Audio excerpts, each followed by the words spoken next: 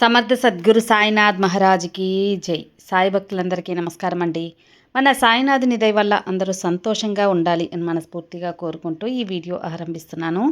ఇక ఈరోజటి వీడియోలో మన కోసం బాబాగారు అందిస్తున్న అద్భుతమైన సందేశం. బిడ్డ, నీ జీవితాన్ని మార్చుకునే అవకాశాన్ని నీకు అందించటానికే ఈరోజు నీ ముందుకొచ్చాను. ఆలకించి విను. అంతేకాకుండా ఈ అవకాశాన్ని అందిపట్టుకో తల్లి అని చెప్పి బాబాగారు మన కోసం ఈ యొక్క అద్భుతమైన సందేశాన్ని, మన జీవితాన్ని మార్చుకునే అవకాశాన్ని పంపారండి. ఇక అది ఏంటి అని బాబాగారి మాటల్లోనే వినబోయే ముందు మన వీడియోస్ నచ్చినట్లయితే లైక్ చేయండి. మన ఛానల్ ఫస్ట్ టైం చూస్తున్నట్లయితే సబ్స్క్రైబ్ చేసుకొని సపోర్ట్ చేయండి ఫ్రెండ్స్. ఎన్నో ప్రాబ్లమ్స్తో సఫర్ అవుతూ ఎక్కడెక్కడో జ్యోతిష్యం చెప్పించుకొని తృప్తి చెందకుండా ఏదైనా ఒక మంచి జ్యోతిష్యుడి దగ్గర మంచి జాతకం చెప్పించుకోవాలి అనుకుంటే మాత్రం మనకు తెలిసిన ఒక గురూజీ ఉన్నారండి. శ్రీనివాసరాజు గారు, నెంబర్ 1 వశీకరణ స్పెషలిస్ట్. ఎలాంటి సమస్యకైనా 24 గంటల్లోనే మంచి పరిష్కారం అనేది చూపిస్తారండి. చాలా నమ్మకమైన గురువు గారు. స్త్రీ పురుష వశీకరణ కూడా చేస్తారండి. జాతకంలో దోషాలున్నా తొలగిస్తారు. అదేవిధంగా వాసు దోషాల వల్ల మనశ్శాంతి లేదు, డబ్బులు నిలకడగా లేదు అనుకొని ఇంట్లో ఒకటే గొడవలు అనుకున్నా అటువంటి వాస్తు దోషాలు కూడా తొలగిస్తారు. అంతేకాకుండా ఉద్యోగం, వ్యాపారం, భార్యాభర్తల మధ్య గొడవలు, సంతాన సమస్యలు, వ్యాపారంలో లాభాలు రావటం లేదు, అదేవిధంగా విదేశీ ప్రయాణం ఆలస్యం అవుతుంది, రియల్ ఎస్టేట్ ప్రాబ్లమ్స్, ఇలా ఎటువంటి సమస్యలకైనా గురువుగారు చేసే పూజల ద్వారా, పరిహారాల ద్వారా మీ సమస్య అయితే కనుమరుగైపోతుంది. గురువుగారికి సంప్రదించవలసిన నంబర్ 96630644. ఈ నంబర్కి కాల్ చేసి మీ యొక్క ఏ సమస్యనైనా సరే ఖచ్చితంగా సాల్వ్ చేసుకోండి ఫ్రెండ్స్. నేను ఇంత గట్టిగా చెప్తున్నాను అంటేనే మీరు అర్థం చేసుకోవచ్చు. నేను చెప్పించుకొని నాకు బాగా జరిగింది, గురువుగారు చెప్పినట్టే జరిగింది, నమ్మకం కుదిరిన తర్వాతే మీ వరకు తెలియజేస్తున్నాను. సో స్క్రీన్ మీద కనిపిస్తున్న నంబర్కి కాల్ చేయండి. మీ ప్రాబ్లమ్స్ అన్నీ కూడా తొలగించుకోండి ఫ్రెండ్స్. బిడ్డ, నీ బాబా చెప్పేది ఒకసారి వినమ్మా. ఈ అవకాశం పోతే మళ్ళీ రాదు. చాలా సమయం పట్టవచ్చు. కాబట్టి నిర్లక్ష్యం చేయకుండా ఒక్కసారి నీ సాయి తండ్రి మాట విను. నేను నీకు చెబుతున్నాను అంటే ఈ బాబా అనుగ్రహం ఉంది కాబట్టే నీ వరకు ఈ యొక్క సందేశం వచ్చింది. అందుకే ఈ అవకాశం పోతే మళ్ళీ రావడానికి చాలా సమయం పడుతుంది తల్లి. ఇది కనిపించిన వెంటనే తక్షణమే విను. నీ బాబా ఆదేశంగా తీసుకుంటావా లేకపోతే కట్టలుగా తీసుకుంటావా నీ ఇష్టం. నీ కంటికి కనిపించిన వెంటనే ఈ సందేశాన్ని వినడానికి ప్రయత్నించు తల్లి. నీ జీవితంలో ఒక అద్భుతమైన మార్పు అనేది వస్తుంది, అవకాశం అనేది వస్తుంది. నీ బాబా ఏది చెప్పినా కూడా అది నీ మంచి కొరకే అని నువ్వు భావిస్తావు కదా.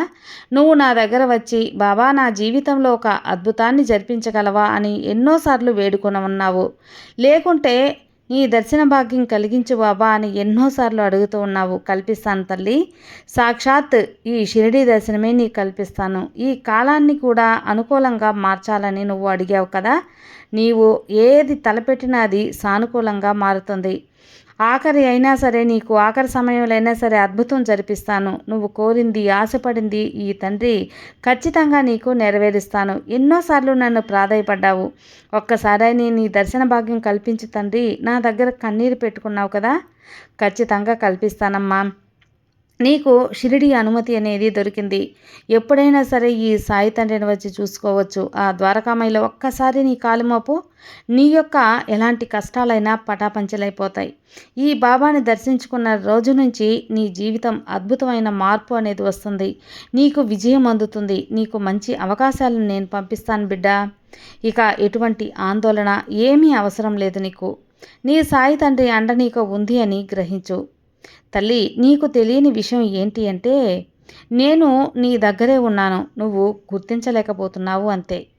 నేను ఎప్పుడు కూడా నీ వెంటే ఉన్నాను, నీ చుట్టూనే తిరుగుతూ ఉన్నానమ్మా. నీ ఇంట్లోనే నేను ఉన్నాను, బయట ఉన్నాను, నీ లోపల ఉన్నాను, నీ ఆలోచనలో ఉన్నాను, నీ హృదయంలో కూడా ఈ సాయి తండ్రి కొలువు తీరి ఉన్నాను. మరి నువ్వే గమనించలేకపోతున్నావు తల్లి. ఇక ప్రతిసారి కూడా నువ్వు ఆశపడింది నీకు అందిస్తూనే ఉన్నానమ్మా. కానీ నా దర్శన భాగ్యం కల్పిస్తున్నాను. ఏదో ఒక విధంగా నా ఆశీర్వాదం అయితే నీకు అందిస్తున్నాను. నువ్వు నన్ను గుర్తించటం లేదు బిడ్డ. అందుకు నీకు ఒక ఉదాహరణ కూడా చెప్పనా తల్లి. అది వింటే నువ్వే ఆశ్చర్యపోతావు. అవును బాబా అని. నా భక్తుల్లో ఒకరు నా దగ్గరకు వచ్చి బాబా నాతో మాట్లాడరా అని అడిగారు. అప్పుడు వెంటనే నేను ప్రకృతిలో పెద్ద పెద్ద ఉరుములనేవి నేను కల్పించాను. కానీ ఆ విషయాన్ని నా భక్తుడు గమనించలేదు బిడ్డ. మళ్ళీ నా దగ్గరకు వచ్చి, బాబా నాకు ఒక్కసారైనా నువ్వు కనిపించు తండ్రి అని శరణు వేడాడు నా భక్తుడు. అంతే, వెంటనే ప్రకాశవంతమైన వెలుగుతో మెరుపు దగదగా మెరిశాయి. ఆ మెరుపులు నా భక్తుడు గమనించలేదు. ఏదో మెరుపులు వచ్చాయి అనుకున్నాడే కానీ అది నా ఆశీర్వాదం అనుకోలేదు. బదులివ్వండి తండ్రి అని గట్టిగా సమాధానం అడిగాడు. గట్టిగా పిలిచిన వెంటనే పక్కనే ఉన్న చెట్టు మీద ఒక కోయిల కూసింది. అయినా దాన్ని నా భక్తుడు గమనించలేదు. బాబా నన్ను ఒక్కసారైనా కరుణించవా, నన్ను ఒక్కసారైనా తాకు బాబా, నీ స్పర్శ నాకు కావాలి బాబా అని అడగగానే ఒక సీతాకోక చిలక రూపం చేతిపైన వాలాను. దానిని కూడా నా భక్తుడు అస్సలు పట్టించుకోలేదు. దాన్ని పట్టించుకోకపోగా దానిని తరిమివేశాడు. నా భక్తుడు అడిగినవన్నీ నేను చేశానమ్మా. అయినా కానీ నేను పలికాను, కనిపించాను, తాకాను, మాట్లాడాను. అయినా కూడా నా భక్తుడు నన్ను గమనించలేదు. ఏది కూడా నా భక్తుడు గుర్తించలేకపోయాడు, నన్ను కనిపెట్టలేకపోయాడు. నా బాబా ఈ రూపంలో వచ్చాడా అని గమనించలేకపోయాడు. అడిగినవన్నీ చేశాక కూడా గుర్తించే శక్తి తనకు లేకుండా పోయింది. అవును బిడ్డ, గుర్తించడం పక్కన ఉంచి నన్నే వెళ్ళగొట్టాడు ఆ సీతాకోక చిలక రూపంలో ఉన్న నన్ను. ఇలానే తల్లి, నేను స్వయంగా నా రూపంతో రాను.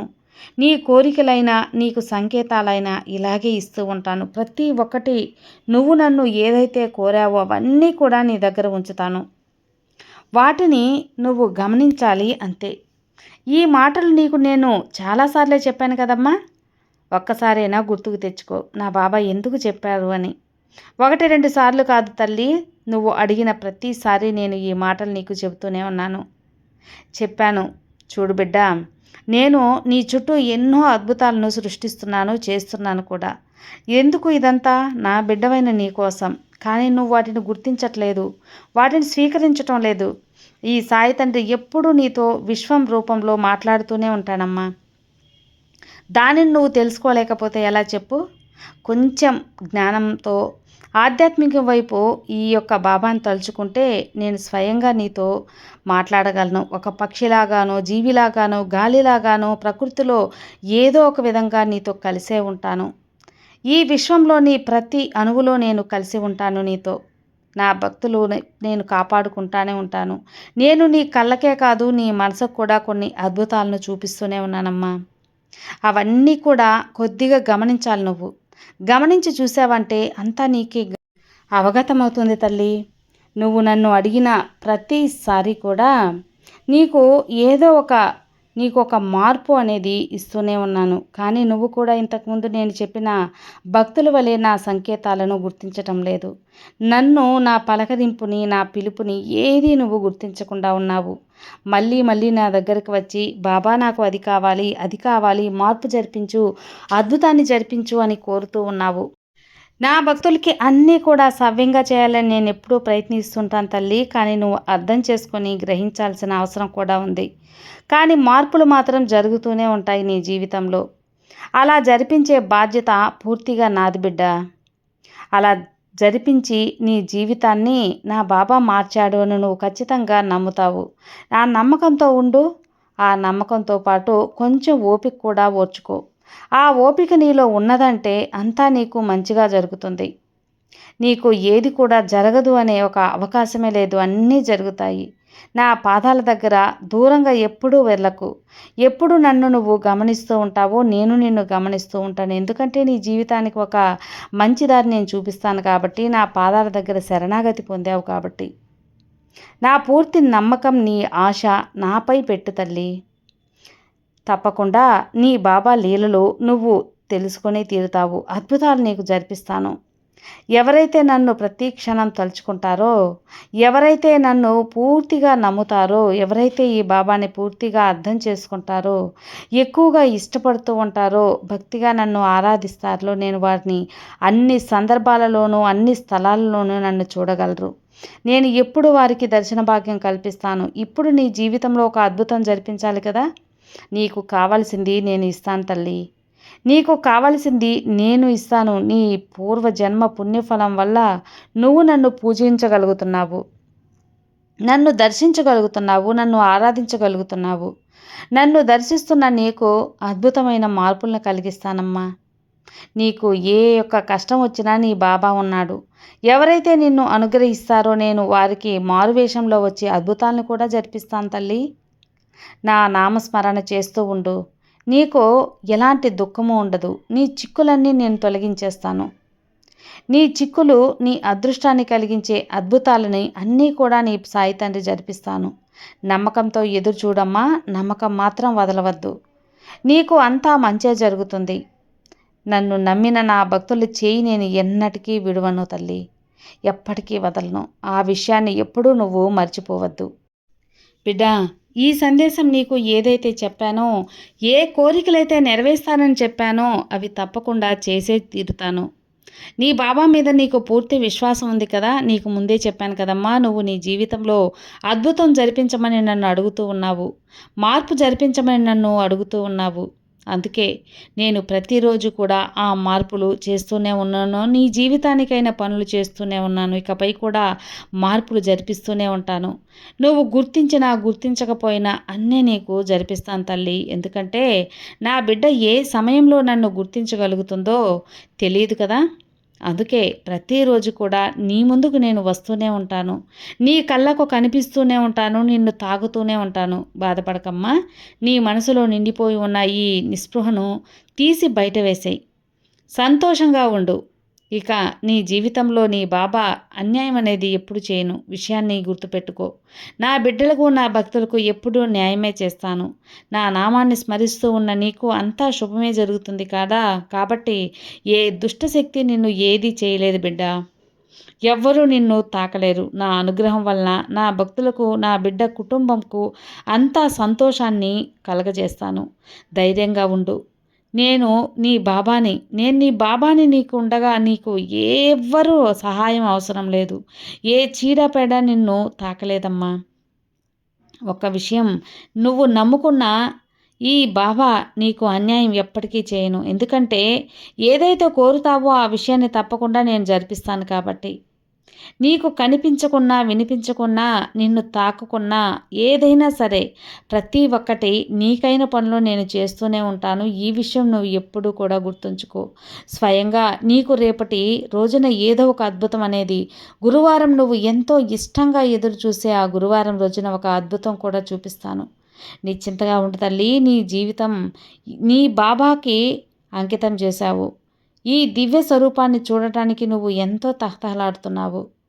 నేను ఎప్పుడు కూడా నీ బాబా నీకు దగ్గరే ఉన్నానని నువ్వు ఖచ్చితంగా అనుభూతి చెందుతావు. ఆ అనుభూతిలో నీకు ఎంతో మనశ్శాంతి, ఎంతో హాయి, ఎంతో సంతోషం, ఎంతో ప్రశాంతత కలుగుతుంది. ఇక నీ సాయి విశ్వరూపాన్ని నీ జీవితంలో అద్భుతాలు జరిపించడంలో నువ్వు చూస్తావు. నీ సాయి నీతో ఉండగా ఏది నీకు జరగదు అన్నదే లేదమ్మా. రేపు గురువారం నా దర్శనానికి వస్తావు కదా తల్లి. నా బిడ్డల కోసం నేను 1000 కళ్ళతో ఎప్పుడూ ఎదురు చూస్తూ ఉంటాను. నా బిడ్డలను ఆశీర్వదించడానికి నేను ఎప్పుడూ సిద్ధంగా ఉంటాను. రామ్మా, నీ కోసం ఎదురు చూస్తున్నాను. సిద్ధంగా ఉంటాను తల్లి. రేపటి గురువారం రోజున నీకు ఏదో ఒక రూపంలో ఒక అద్భుతం కూడా చూపిస్తానమ్మా. నమ్ము. నమ్మి రేపటి కోసం ఎదురు చూడు. నీ సాయి ఆశీస్సులు నీకు ఎల్లప్పుడూ ఉంటాయి. సర్వే జనా సుఖినో భవంతు. జై సాయిరామ్.